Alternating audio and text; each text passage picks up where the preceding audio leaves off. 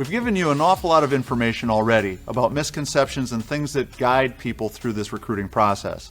Now that we've got that stuff out of the way, let's move on to the next phase, which is how to get recruited. There's several things that are very important in our opinion to help you get recruited. So let's get into it because it's a pretty good topic. Number one is the list. What is the list? Well, think about it this way. Moms, dads, when you go to the grocery store, if you go with a shopping list, what happens? You come out of the grocery store with everything that was on your list. If you needed eggs, you remember to get eggs. If you needed milk, you remember to get milk. But what happens when you go to the grocery store without a list?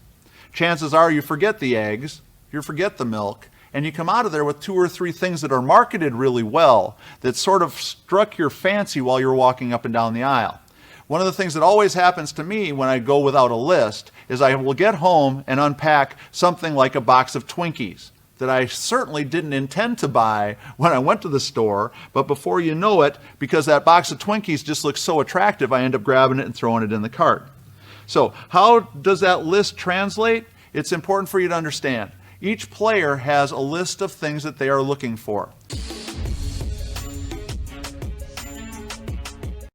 Hope you enjoyed that introduction into the recruiting process. You can purchase each individual video or a package of all 4 that will give you insight into each aspect of the recruiting process. Check it out at fastpitchprep.com.